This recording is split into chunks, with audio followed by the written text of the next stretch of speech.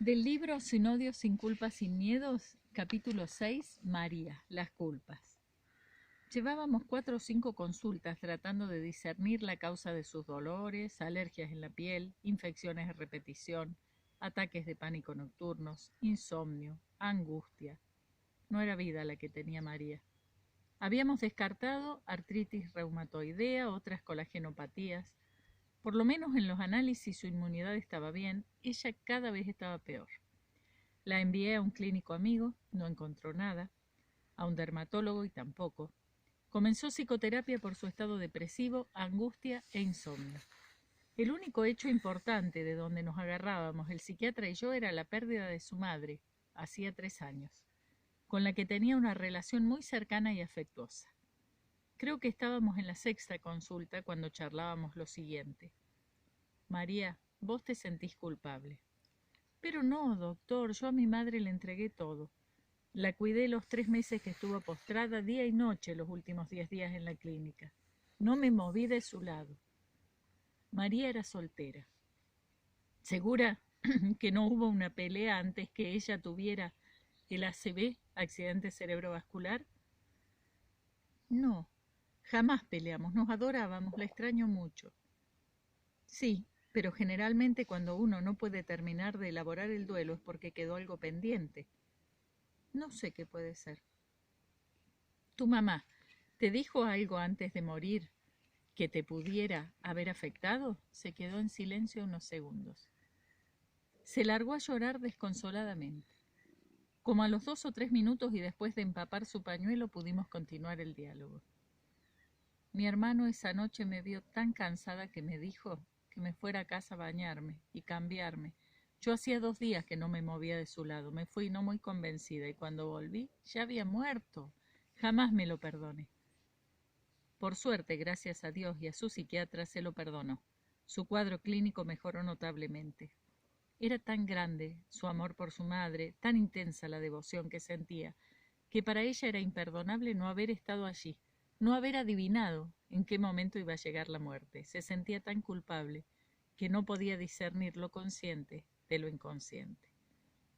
Realmente las culpas se las ingenian para hacernos sufrir mucho, al igual que los miedos. En cambio, el odio es un perro rabioso que nos come por dentro. Y ahora, el capítulo 7, sentir o no sentir. Me gustaba sorprender a mis amigos con frases tales como lo bueno que tiene la vida es que en algún momento se acaba. Si uno quiere vivir en paz no hay que encariñarse con los nietos. Si bien las decía en broma, por algo estaban ahí, en mi cabeza. En realidad lo que quería decir es que si uno quiere, ama, corre el riesgo de perderlo. Si uno tiene miedo de perderlo, sufre. Si uno sufre mucho en la vida, termina queriendo que se acabe el sufrimiento, por lo tanto la vida. Quiere decir esto, que 4 o 5 años atrás, con 4 hermosos hijos en mi haber, mis miedos seguían allí, fresquitos, rozagantes, como al principio. Pero yo ya tenía más argumentos, estaba listo para darles más batalla. Transitaba por la vida sin odios, con muy pocas culpas, solo la de no darles a mis hijos más tiempo, cosa que mi esposa y amigos opinaban lo contrario, decían que yo les estaba muy encima, les daba todos los gustos, estoy seguro que tenían razón. A veces me sentía culpable.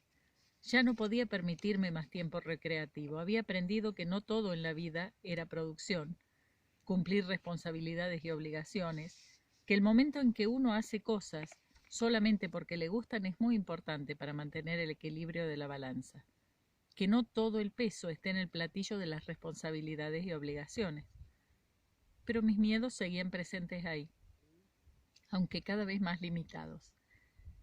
Tenía una hermosa familia, muchos amigos, una profesión que cada vez amaba más, me sentía útil, valorado por mis pacientes, dispuesto a dejar de pensar que la vida era mala y peligrosa, que en cualquier momento sería agredido con una desgracia donde más me doliera. Ahí fue donde decidí cambiar radicalmente la orientación de mi lucha. La solución no vendría no sintiendo. Es decir, yo creía que si uno no siente, no sufre. Ahí estaba la base de mi error. Es imposible no sentir. En el intento, uno se vuelve un amargo. El amor no tiene por qué ir ligado al miedo. Para dejar de sentir inadecuadamente tenemos que aprender a sentir adecuadamente. Es decir, que si uno tiene un sentimiento dañino que le impide vivir plenamente, que le ocasiona sufrimientos innecesarios, tiene que sacarlo de su vida sí o sí. ¿Pero cómo? Cuando me inundaban mis temores, mis fantasmas, no podía controlar mis pensamientos negativos, no podía mágicamente dejar de sentir. No lograba controlarlo desde el pensamiento, intentaba pensar en otra cosa. Pero los pensamientos negativos volvían, me superaban. Así fue. Como casi por casualidad empecé a darme cuenta que si podía sentir confianza, desaparecía el miedo. La confianza había matado al miedo. ¿Cómo hacía para sentir confianza? Había cambiado el enfoque que tenía de lo que era el proceso de vivir. Dejaba de ver a la vida como algo peligroso. Me parecía posible que la vida fuera buena. Comencé a cambiar lo que sentía, y eso cambió mi forma de pensar. Cambié sentir miedo por sentir confianza, y los pensamientos perturbadores desaparecieron sin esfuerzo. Para poder cambiar mi forma de pensar, tuve que cambiar mi forma de sentir. Confianza en lugar de miedo. En resumen, creo que los hechos traumáticos que ocurren en nuestra infancia, la educación familiar recibida, el afecto que nos dieron o no, el medio social donde nos desenvolvemos cuando somos chicos, impactan en nuestro inconsciente generando sentimientos que condicionan para bien o para mal toda nuestra vida, nuestra forma de ser, de pensar y de sentir.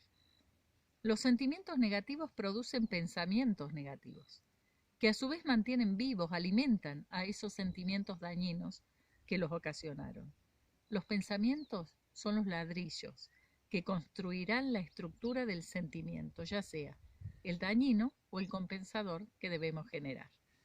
Si nosotros pudiéramos generar pensamientos positivos que actúen como ladrillos para sustentar un sentimiento positivo que actúe como compensador del sentimiento dañino que nos afecta, tendríamos una excelente arma para luchar contra nuestros condicionamientos negativos. Si bien es cierto que la base del cambio son los pensamientos ladrillo, estos se sustentan en sentimientos positivos que les dan origen. Tenemos que aprender a manejar nuestra mente a nuestro favor. Como ejemplo, sirve el hecho de que el sentimiento confianza, que compensa al sentimiento miedo, se apoya en pensamientos optimistas sobre la vida. A su vez, estos lo hacen en sentimientos de esperanza, que uno mismo debe proveerse a través de la voluntad del cambio.